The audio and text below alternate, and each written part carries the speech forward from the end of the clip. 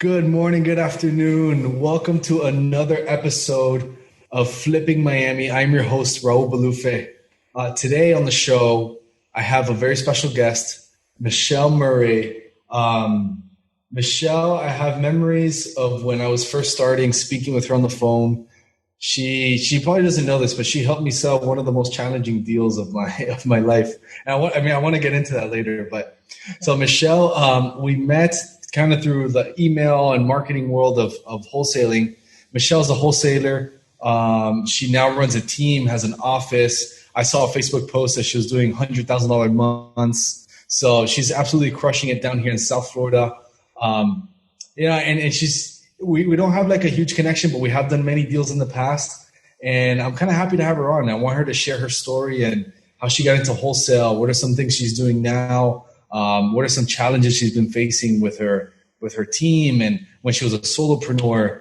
I think we can get a lot of value from just kind of hearing what she's been going through. She's been in it for a while. So, Michelle, I appreciate you coming on.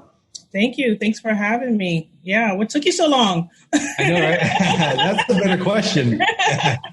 Yeah. I love it. So actually, me and Michelle were just talking before we hit record here, how we're filming this in probably the end of the Corona times, hopefully. And how we just want to move. So we're used to moving so fast, and she's used to selling so much properties. And now it's like, she said like we had like a rubber band, like we can't even go that fast. We get pulled back. Yeah. How have you been coping with some of this stuff? Well, I think the best thing to do during this time is to increase activity, be creative with your choices of what activity to increase on. So you want to do like stuff that don't cost a lot. So just making more phone calls, sending out more texts, sending out more emails, just picking up the phone, go figure, talking to people, following up. Those are things that I did a lot of in the beginning, right? Just talking to buyers, just trying to figure out where their head is at, what they want. And I've kind of gotten away from that as I started to build a team because I'm stepping back in the background.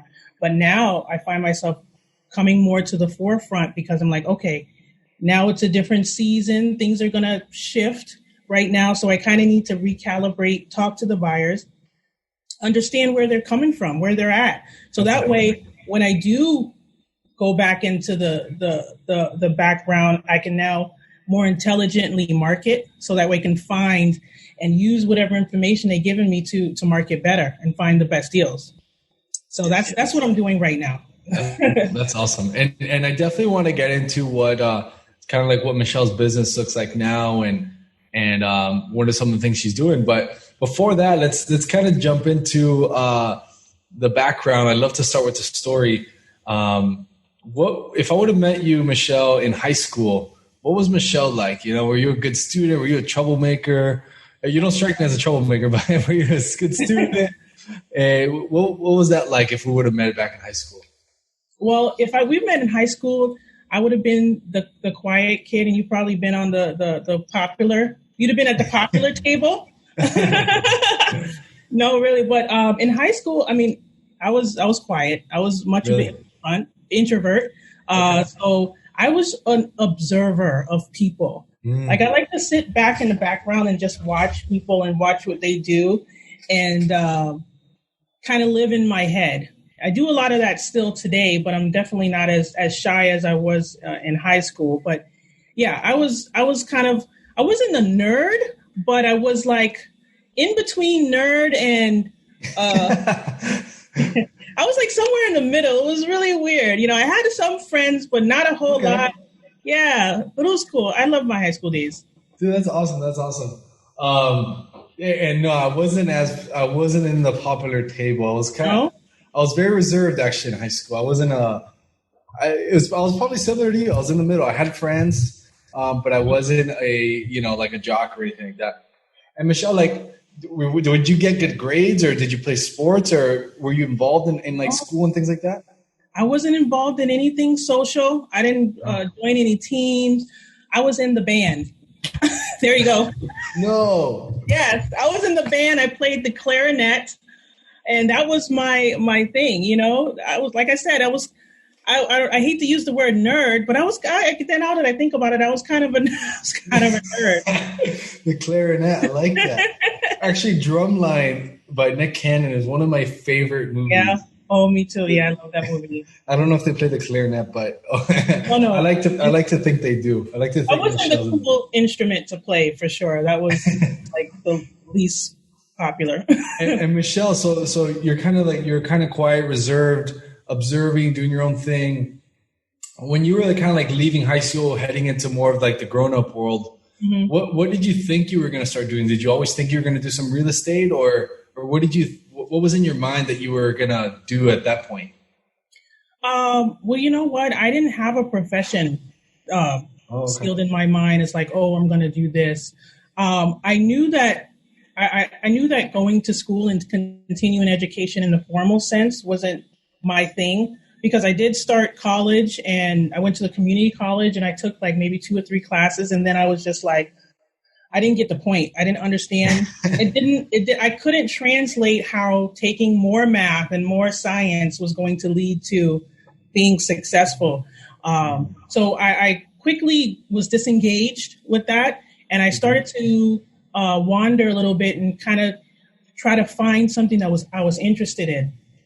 And how I got to real estate was I was working at a call center. I was working for a cell phone company, and I worked there for a really long time. I worked my way up to the higher tier, so to speak. Really? And yeah. So I was happy doing that, having a steady job, a steady pay. But then after about 5 or 6 years doing that, I started to feel like, okay, what's the point? You know what I mean? I started to feel like I was in a rat race. Like, even though I was making decent money, what I thought was decent money at the time, I didn't see a path to real success. I didn't see a path to being able to vacation, being able to invest. It was just like, okay, I'll have, maybe $5,000 saved. And I made a running joke, like every time I saved $5,000, like either the transmission would go out or the AC would break, like it would without fail. So I kind of felt stuck. And then the company was making some changes too. They were kind of laying people off for like really dumb reasons. So I was like, you know what? I should go out and try to find something that I can see a long-term benefit to. And I was reading the paper, because I'm a nerd. I was reading the paper one day and I saw a seminar for a real estate conference. Really? So I decided to go to that real estate conference, and they kind of breezed over the concept of wholesaling. And I was like, okay, that sounds interesting. You can invest without having any money, and you can make lots of money, hundreds of thousands a year. That sounded interesting to me, but I thought it was too good to be true, Yeah. But, I had a limited mindset at that point. But I went home and I took the information, what little that they gave me, and I started to Google wholesaling, just the word wholesaling. And then all this treasure trove of information came popping up. I'm like, oh my God, this is real. And I started to follow people on YouTube, like the Flip Man, the bald headed guy. He was on there a lot. The black guy. That guy. No, I don't know. What's his name? Oh, I can't remember his name. But they call him the Flip Man. He's been on YouTube forever. He's still on YouTube now. No, I have no idea who that is. Wait, Ty something. But anyway, I saw him and I'm like, okay, he's wholesaling. This is real, Damn. So then I just went out there and took action. And I was actually pretty lucky because I got proof of concept really fast. Yes. The first property I made an offer on, I contracted. Wow. Tell us about that. How was that? That's oh man, that's good. Yeah. So I got proof of concept really fast. So when I was looking on, online for ways to do this free, one of the ways they said was to go and, look for sale by owner signs or garage sales. So I went in my neighborhood and I saw, what was it? A garage sale sign. And no, it was an open house sign. It was like really tiny in the corner. Like they didn't even like put much effort into making it, pop. But anyway, it caught my eye because I was looking for it. And I went into the house. It was an older couple. The house was like in shambles. No. I don't understand why they were doing an open house in this condition. But anyway, it's like, wait a minute, this is good. Clearly they're in distress, right? So I made an offer, whatever. I went, try to figure out comps, made an offer. In any event, they took the offer. I took the contract and I just drove a couple of blocks away to a rehabber that was rehabbing a property. And I said, hey, I got this property under contract. I added my $5,000. And he's like, great, let's go see it. So we went right back around to the property and showed him the property. Long story short, he closed on it. I made $5,000. And I was like, okay, this is what I'm going to be doing for the rest of my life. This is it. Wow. What a great story. I love it. I love it. Yeah. And like, wow. Like you kind of like, you breezed over that story with ease. I love the way you kind of said it. Yeah. I love asking those questions because everyone comes from a different light. Everyone comes from a different background. Like here's Michelle, like kind of shy, playing the clarinet in high school, like not really knowing what's going to go next. And then working in the call center, kind of feeling stuck. And you just happen to find a seminar through the paper. So there goes your nerdiness served you well. Yes. You read the paper. Yes. And you went and you took a risk. You started learning on your own. You figured your way to your first deal to make $5,000. Kind of like you're a normal person just like me. Like we're all normal people, and you just kind of figured it out. And I love that about that. Yeah, and I'll tell you something else, because after that had happened and I got that $5,000 check, I quickly went out and took more action. Obviously, so I didn't sit. I said, okay. We're going to go buy some bandit signs. We're going to go try to find our next deal. So I went out, took a whole bunch of action. I actually got about 2 or 3 properties under contract, maybe within the next 30 days. Wow. And they all fell through. Oh my God. They all fell through. I couldn't find buyers for them. I offered. There's the kicker. So listen, I'm just telling everybody, because it's not all rainbows and sunshine here. You know what I mean? Yeah. I did have some failure in it. So it took me probably about another 4 or 5 months before I was able to complete my next deal. Wow. But in that, I learned some valuable lessons. I learned how to cultivate a buyer's list. I learned how important a buyer's list was, how important connections with other wholesalers like yourself were. So that way we can share deals and leverage each other's buyer's list. And then I went back and I stepped back and I'm like, okay, so let me do this again, but let me make some connections first. Let me talk to some buyers first. And then I went at it again with a new approach. And then it obviously worked out well for me. And I became like the JV queen for like a couple of years. Yeah, you were the JV queen for sure. I JV'd with everybody in town. I'm like, everybody send me your deals, and they did. And I sold a lot of properties for other people, helped them out, helped myself out at the same time. And I learned a lot.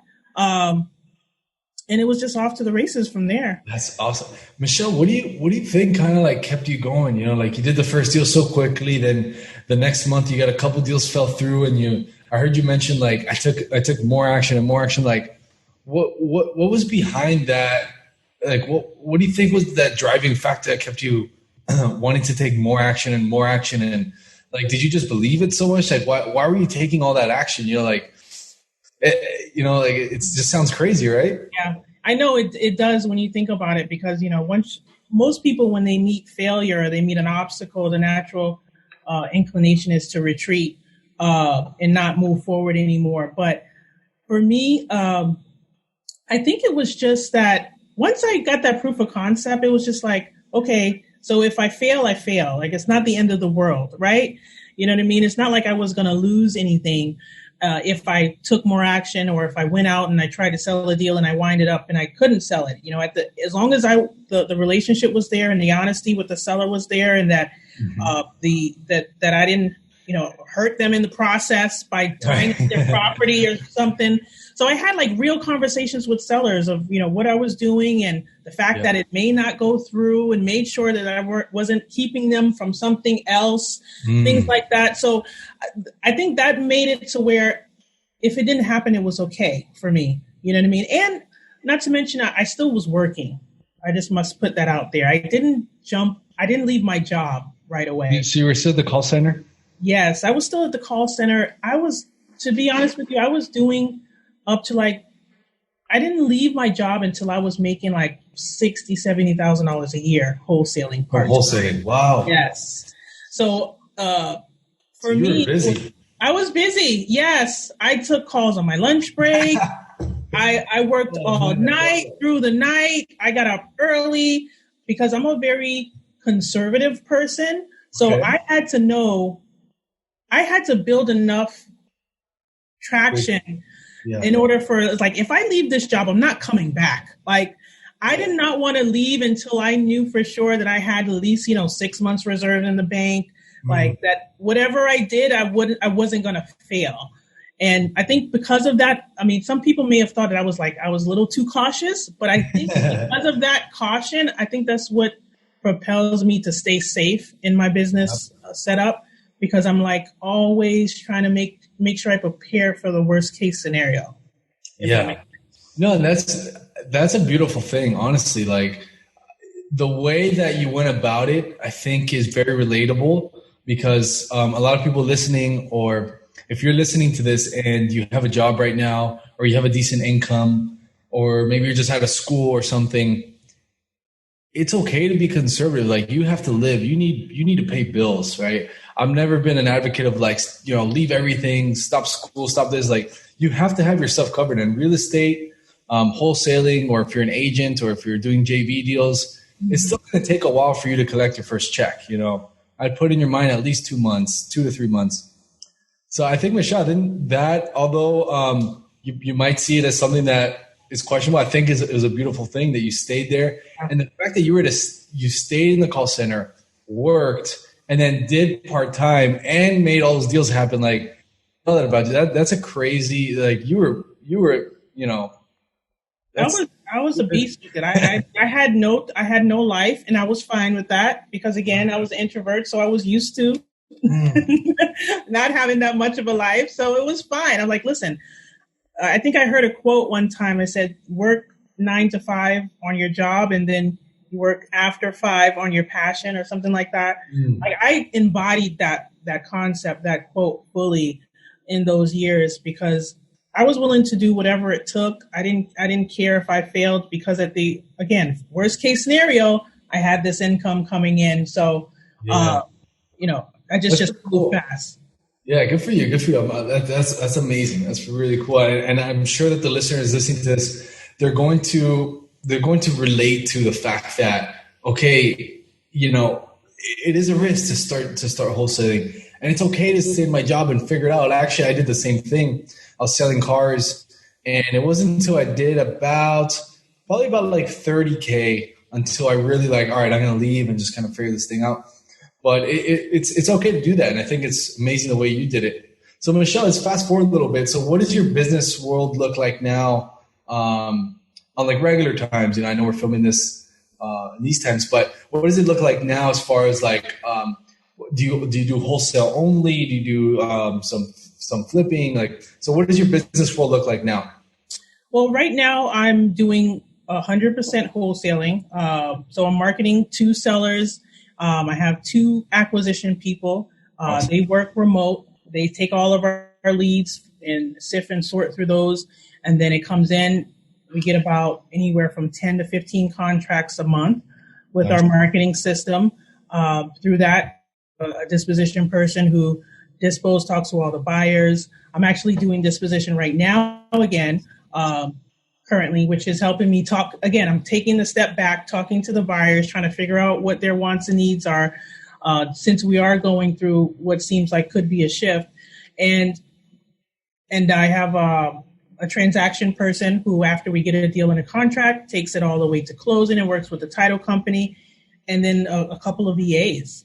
Wow, cool. So yeah, you have a pretty nice team. And Michelle, let me ask you this because we mentioned JV earlier, and if someone's listening to this and has no clue what we're talking about, Right. what is your definition of JV, and how kind of if someone listening to this has no idea what JVing is, like what is that to you? Like what are we talking about here with the JV stuff? Sure. So JV basically is a joint venture. Okay. It's where you can either bring a buyer or a seller to the table. So if you have a property under contract and you need to sell it to a cash buyer, obviously as wholesalers, we don't have the luxury of an MLS. So we use each other's list or each other's connections as leverage. So what I did in the beginning is that since I didn't have marketing money to market to sellers, I focused on the buyers. I found buyers on Craigslist, bandit signs, anything that was low or free. I did find cash buyers. And once I built up a list, or as I was building up a list, not even once you get to a certain point, like at the same time, I reached out to the other wholesalers in the area who had properties. Because I found that most wholesalers, especially if they're doing it themselves, they're either good at one or the other. They're either really good at finding deals or they're really good at finding buyers. It's very rare that you come across someone that can do them both unless they have a team. Right. So understanding that, I got really good at building the buyers list, and I focused and made connections with people who either had a smaller buyers list or they just were really good at finding deals. And I send their deal to my list, and we sell it, and we negotiate some type of split. Yeah. Michelle was the queen at that, man. I remember her list. I remember it was like an aqua color, right? It was like a properties. And right. Now I saw you rebranded and you've done a bunch of things. But Michelle, I remember it was like an aqua or like a green color, and her list always had like 20 or 30 properties on it. Yes. And so now you're kind of doing a lot of the stuff yourself. I think I see some of your lists that you do some JVs, or you have like a separate like platform kind of for JVs. Yeah. Why did you get into the seller marketing world? And not doing JVs forever? Because it seemed like you had a good niche there. I guess like run us through like your mindset there and what you think about that. Sure. Yeah. So towards like 2015, 2016, the market was picking up. It was getting better, right? Because I started during a recession in 2009-ish. So I was helping people dispo their deals for a long time. It was working really well. But it got to a point where people didn't need my help as much. You know what I mean? So I started to market, and they're like, oh, no, we sold that already. Oh, no, we sold that already. I'm like, oh, man, crap. So it's like, okay, I was used to a certain amount of transactions, and I'm like, how do I get back to this certain amount of transaction? And then I had an appetite for bigger deals and bigger spreads, as doing it so long. So honestly, you can't create a bigger spread if you're piggybacking on another person's deal necessarily, or at least you can't do that at scale. So I wanted to scale, long story short. I wanted to be able to determine how much I made and determine how much transactions I did. And the only real way to do that is to have your own marketing system that you can control and dial back or dial up. And I wanted that. So that's what led me into transitioning into going after sellers. I got a little jealous. I was on the HUD and saw wholesaler A making 20,000 and me making 3. I'm like, oh no, I want to get on the other side of that. Yeah. I love it. So that too, that had a little bit to do with it. But yeah. So I decided to do direct to seller, and then just recently, maybe within the last 6 months or so, then I wanted to marry the two and do them both.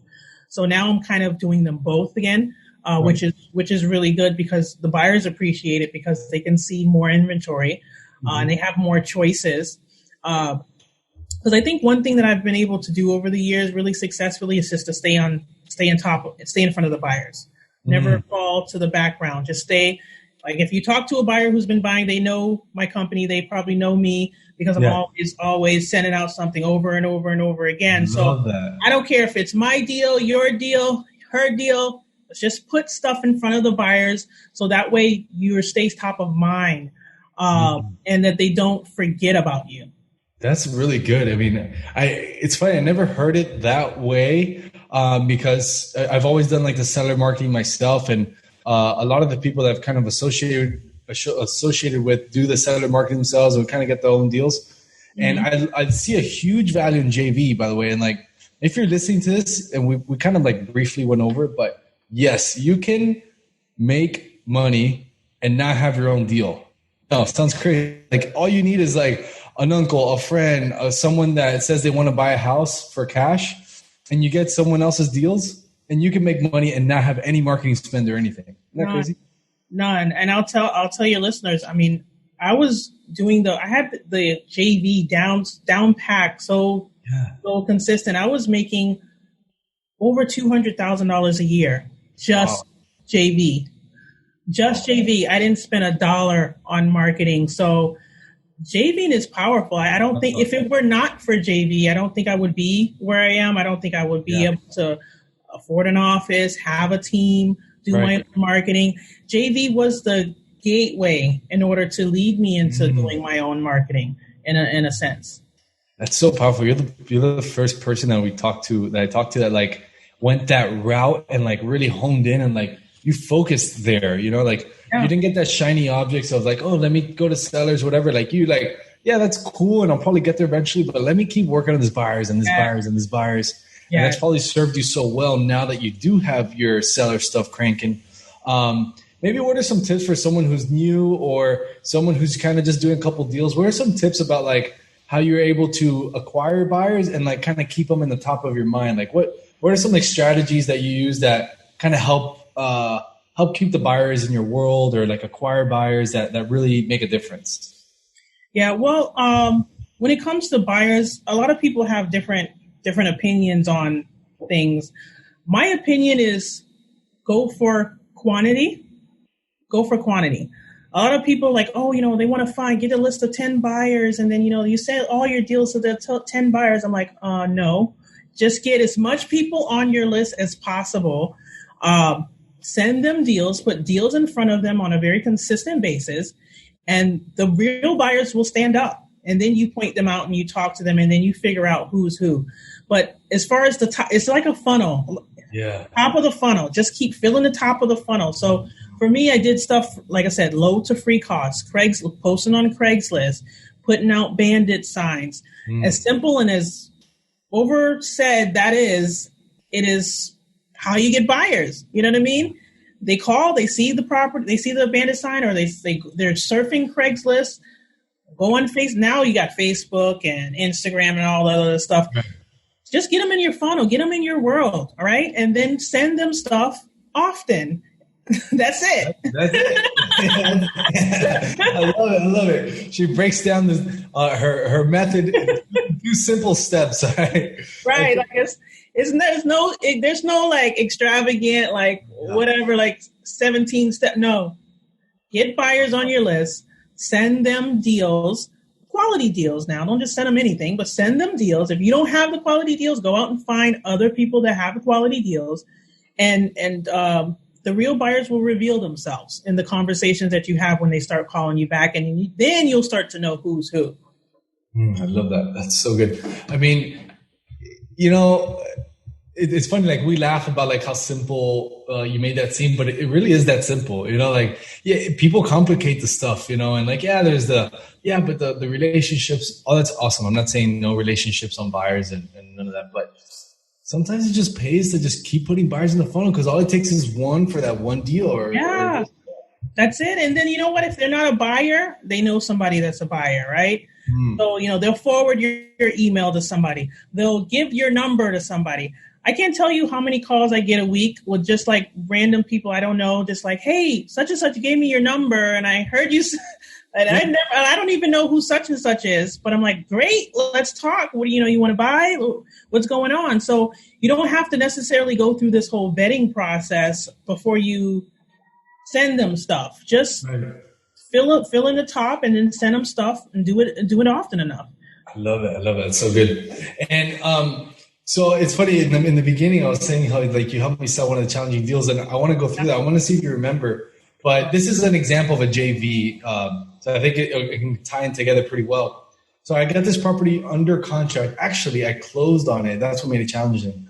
I got it under contract. I think I got it from the MLS at that point, and I had to close really quickly, like in 7 days. So I had like $30,000 or so saved up in the bank.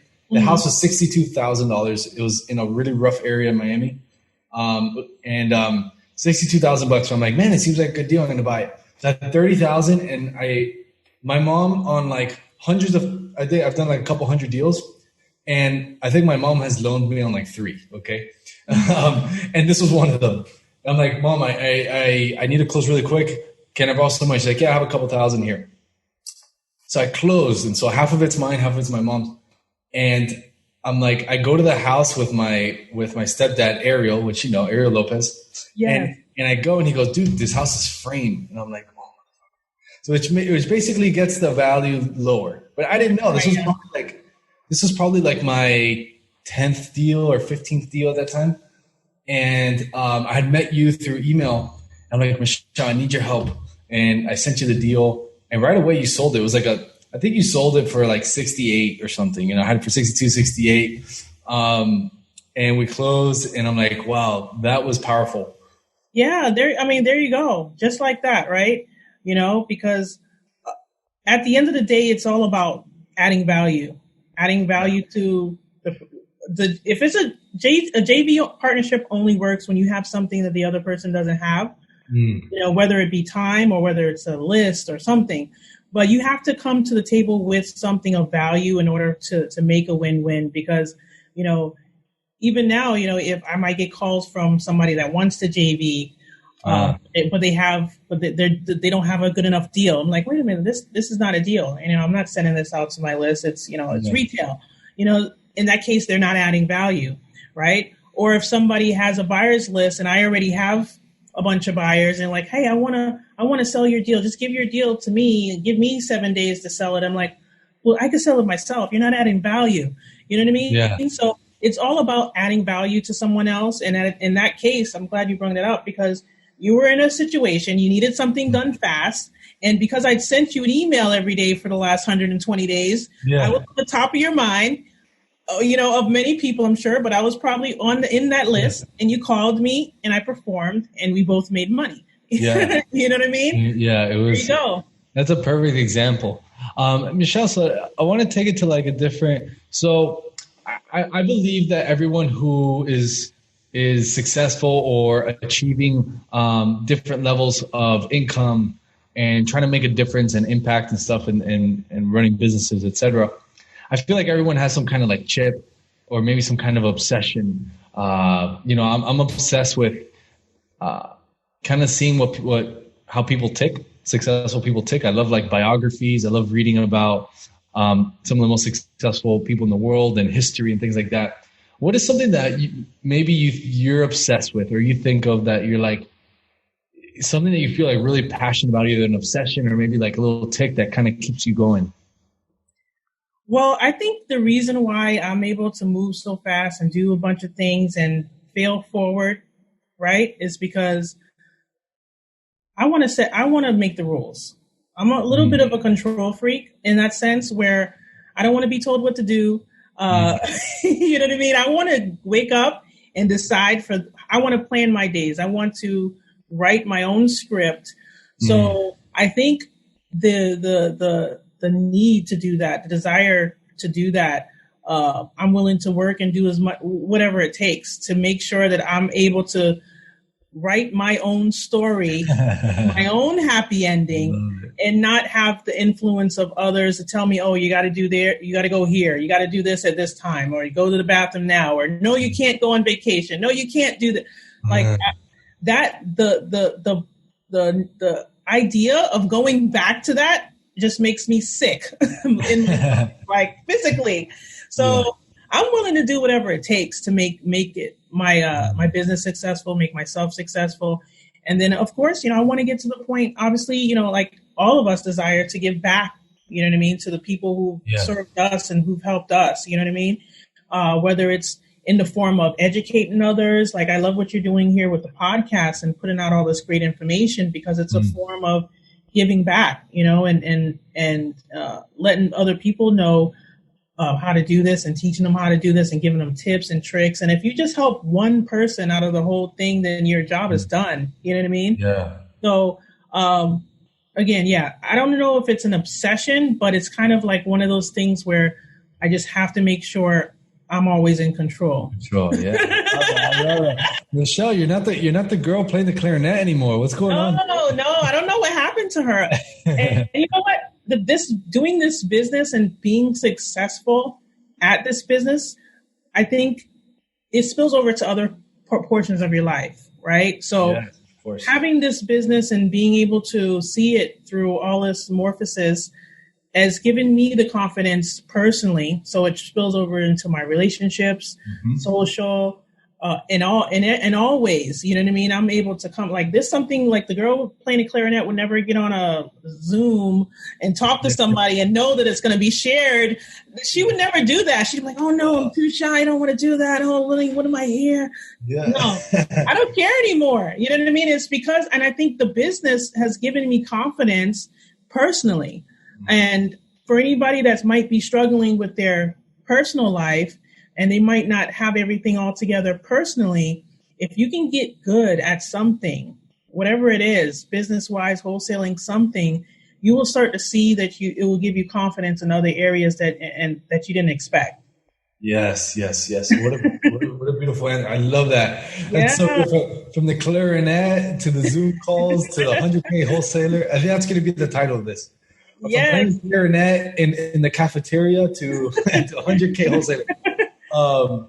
But no, I mean, what Michelle's basically saying is the principles that you learn from trying to start your own business or kind of like taking those leap of faith, and whether it's wholesale or flipping or, you know, if you want to sell shoes or whatever, just taking that leap of faith and marketing and selling and talking to people and getting out of the comfort zone.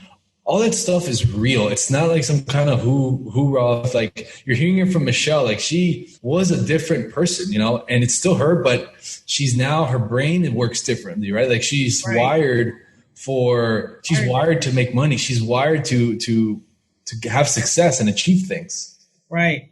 And then once you get it, you set a new bar for yourself. You're never the same after that. You know what I mean? Yeah. And like the month we hit 100,000 January, and I'm not going to be the same anymore because of that, doing that milestone. Now I'm going to be shooting to that and beyond, and I'm not going to feel right unless I get it. So you just keep raising the bar on your life, and you start to see what's possible. So I love that. Thing. I love that. It is. It's awesome.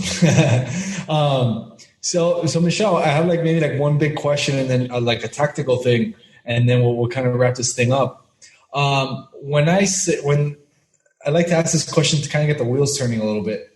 When I mention $100 million, what comes to mind? Like in your mind, how do you get there? How do you get to $100 million? Oh my God. So $100 million.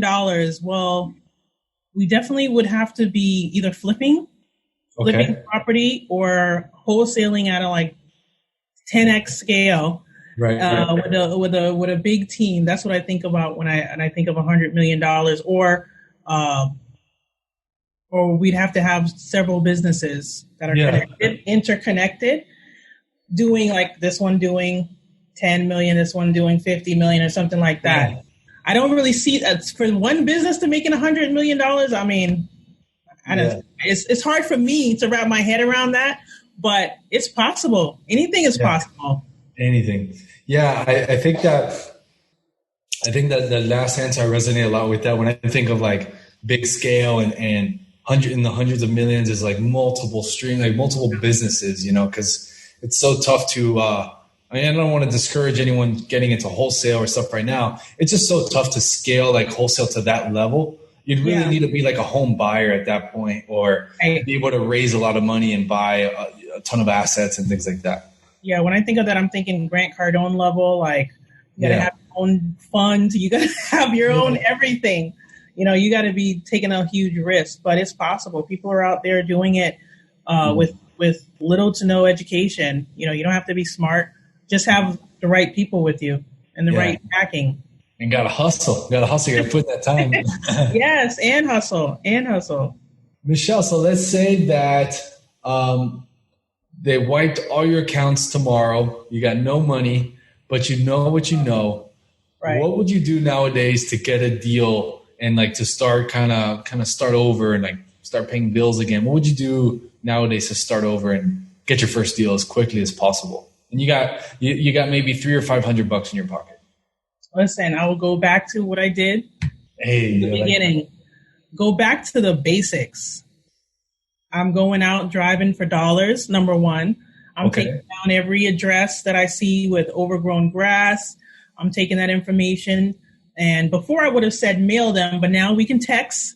So I would be texting them like crazy, get them on the phone and have real conversation with them person to person on what the situation is, how I can help. At the same time, I'm having Craigslist ads running for buyers, Facebook posts running for buyers, any ways online that I can find that I can get buyers into my world for free or low cost, and playing matchmaker.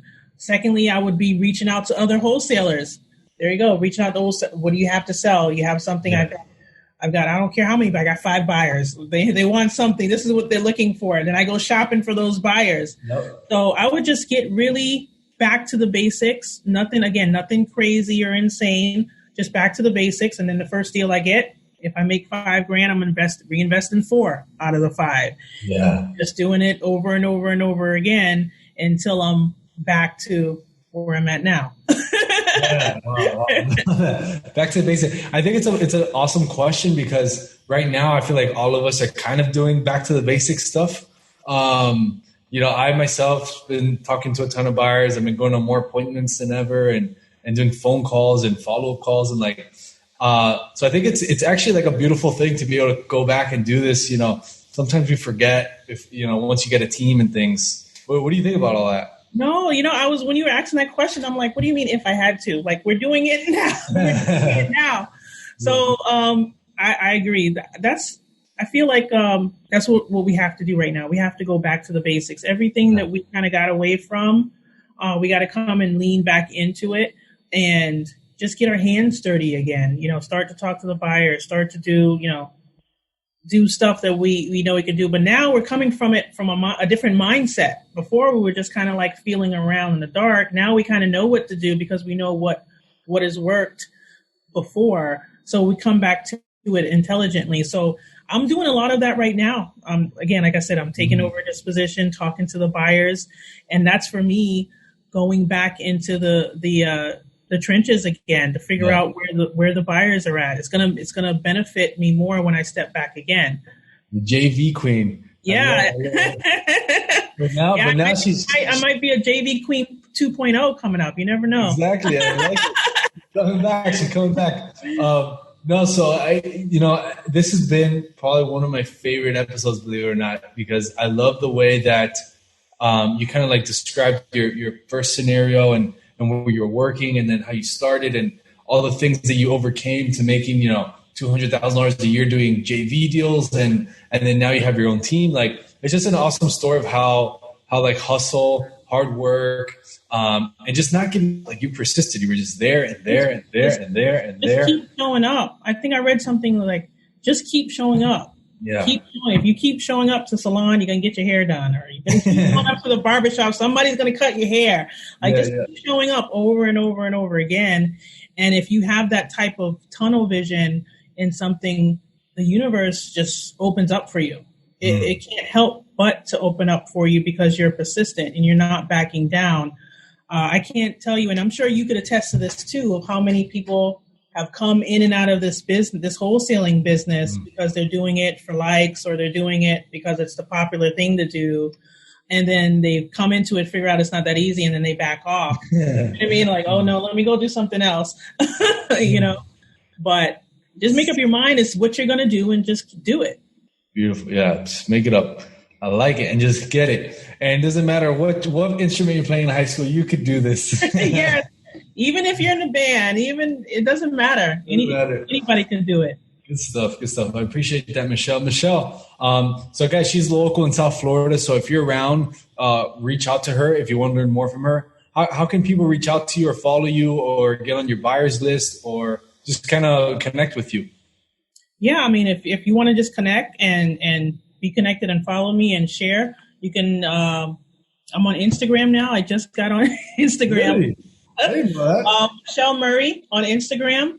If you're a buyer, cash buyer, and you're looking for deals, South Florida, go to quickturnproperties.com, and you can sign up, be on the list, get off-market deals, and that's it.